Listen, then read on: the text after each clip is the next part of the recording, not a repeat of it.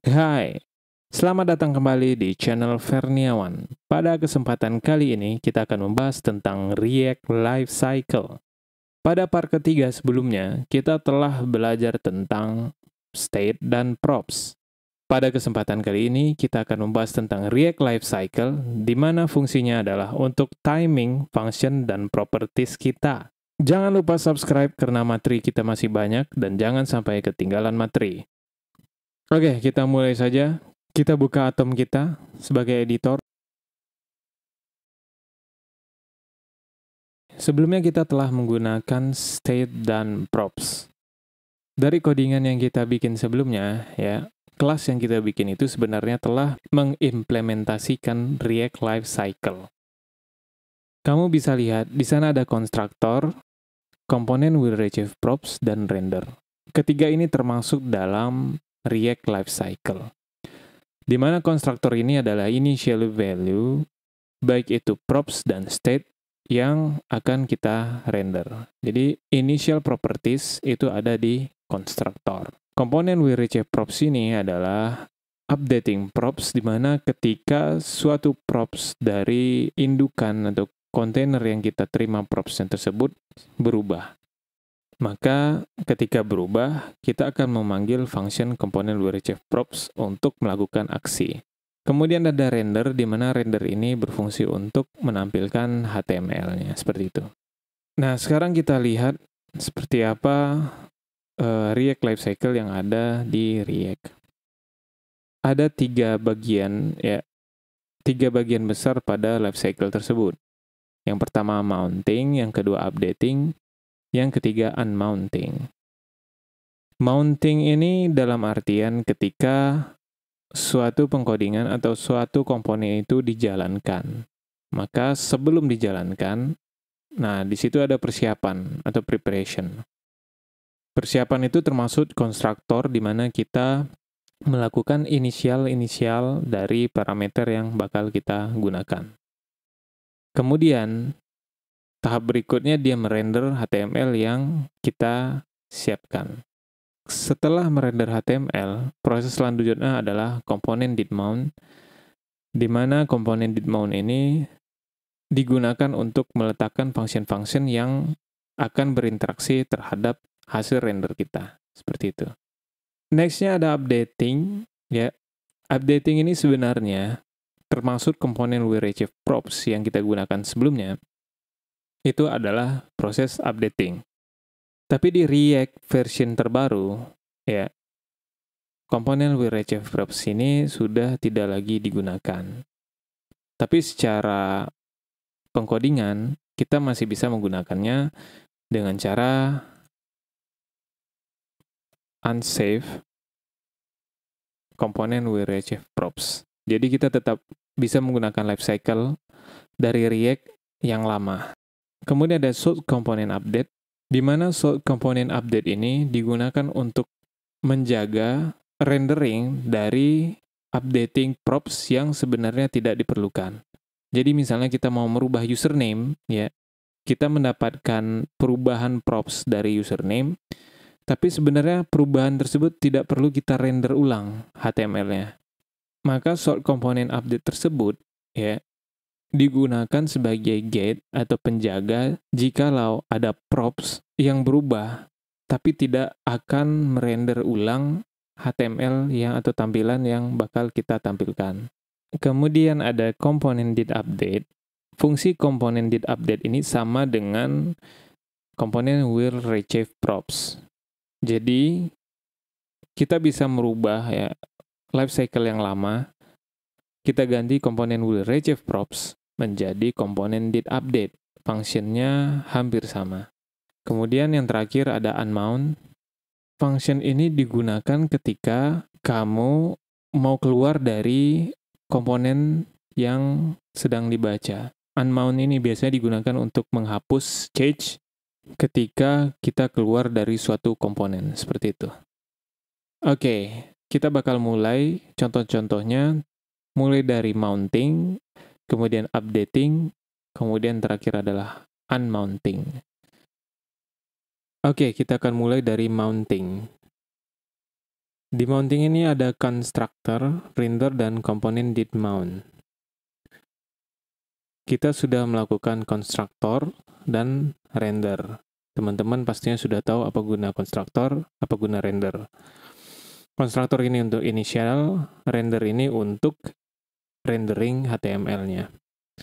Nah, sebelumnya kita menggunakan komponen will retrieve props. Karena di React versi terbaru komponen will retrieve props sudah ditiadakan, kita tetap bisa menggunakannya dengan mengetikkan unsafe pada depan dari komponen will retrieve props ini. Next-nya, di mounting ini ada komponen did mount.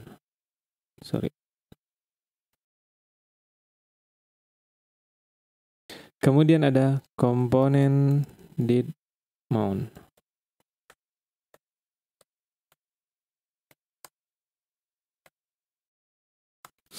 Oke, komponen did mount ini ketika konstruktor sudah inisialnya sudah ya, kemudian sudah merender, maka yang dipanggil berikutnya dari React Lifecycle adalah komponen did mount ini. Oke, di sini ada username. Di username ini ada initial state dengan nilai props dari username.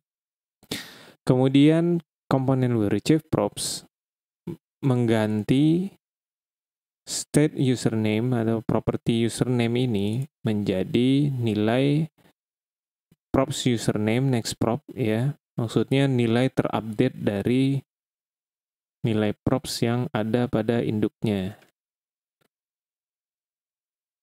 Kemudian ada komponen did mount.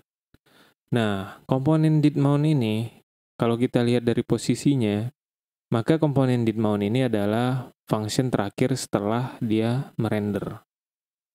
Contohnya di sini, kita akan rubah username ini dengan nama static. Contohnya namanya adalah Badu. Maka secara otomatis nilai dari state yang terakhir ya, nilai state yang terakhir akan tertulis Badu, bukan nilai props yang diambil seperti itu. Bisa kita coba.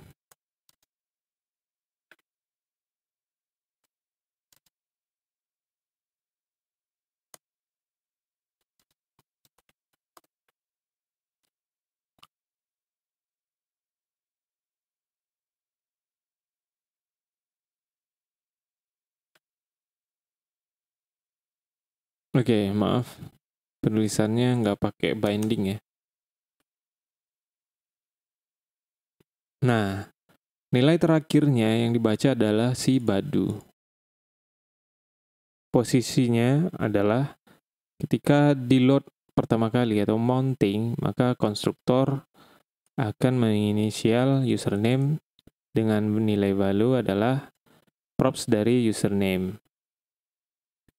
Kemudian dia akan masuk ke rendering. Setelah proses rendering, baru mulai dilakukan komponen did mount. Maka di komponen did mount ini akan kita ubah username menjadi Badu. Maka hasilnya ketika kita load pertama kali, hasilnya adalah Badu. Tapi ketika kita ketik berikutnya, nah nama yang kita ketik berikutnya sesuai dengan nilai props yang diberikan. Nah, hal itu terjadi karena kita melakukan setiap perubahan props, maka si state akan kita ubah sesuai dengan value dari si props dengan melakukan lifecycle komponen will retrieve props seperti itu. Jadi komponen did mount ini hanya terjadi ketika mounting.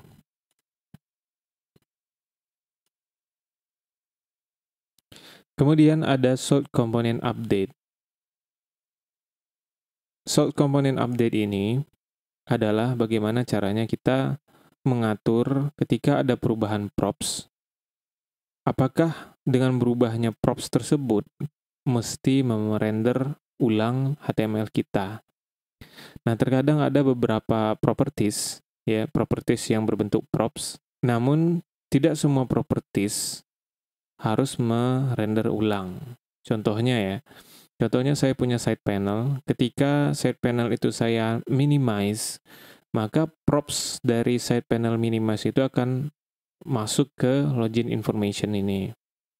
Tapi saya tidak mau merender ulang HTML yang ada pada login information ini. Nah, seperti itu.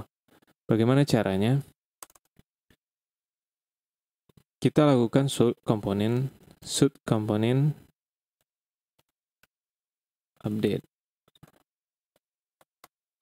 Nah, di sini kita bisa lakukan jika dengan kondisi if.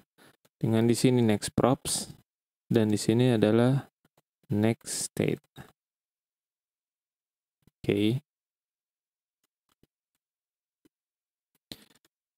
Dengan kondisi seperti ini, jika next props dari username sama dengan string kosong, jadi return false, else return true.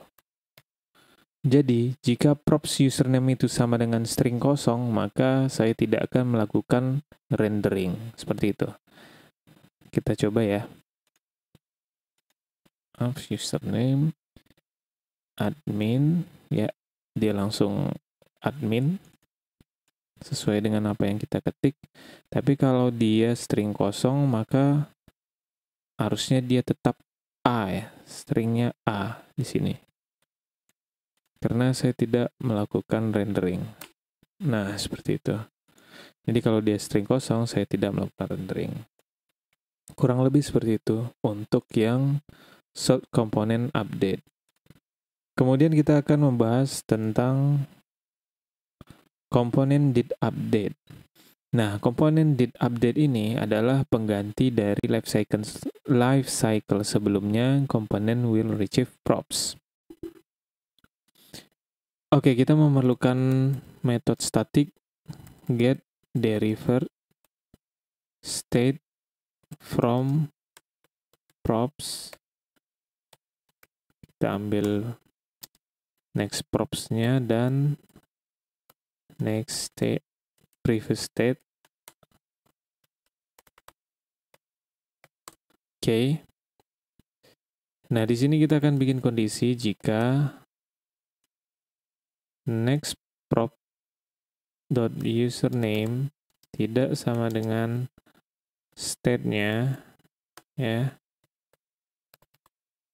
maka kita akan return nilai dari state username menjadi sama dengan nilai props username, else return null.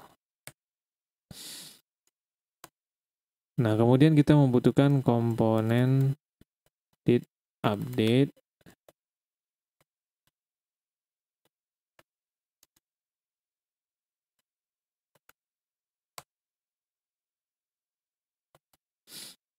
di komponen did update ini kita akan mengecek state atau nilai dari state username. Dengan harapan dua function atau life cycle ini akan mereplace komponen will retrieve props. Kalau dilihat secara sederhana, komponen will retrieve props ini lebih simple ya dalam pengkodingan, lebih sedikit dibandingkan life cycle yang baru dari React ini. Jadi React lama itu menggunakan komponen will retrieve props.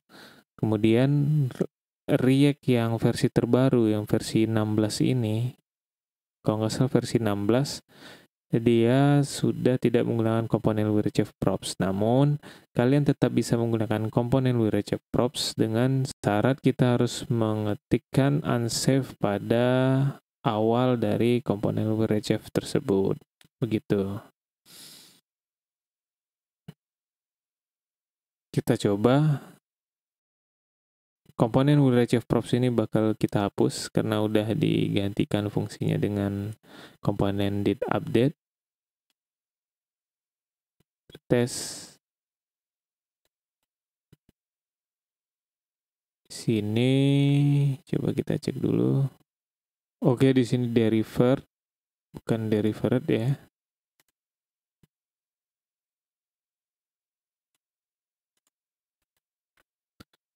Oke, jadi nilai props admin sudah sama dengan nilai state yang ada pada komponen. Ketika saya tulis admin, di sini akan tertulis admin, seperti itu. Jadi fungsi komponen will retrieve props sudah kita alihkan dengan penggunaan fungsi terbaru pada React.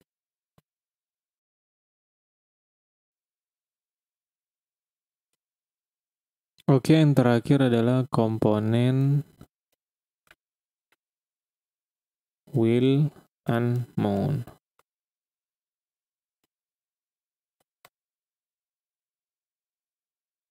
Di mana komponen will unmount ini akan dipanggil ketika komponen dihapus dari si DOM. Jadi misal kita pindah halaman, seperti itu.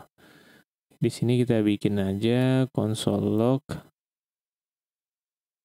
unmount.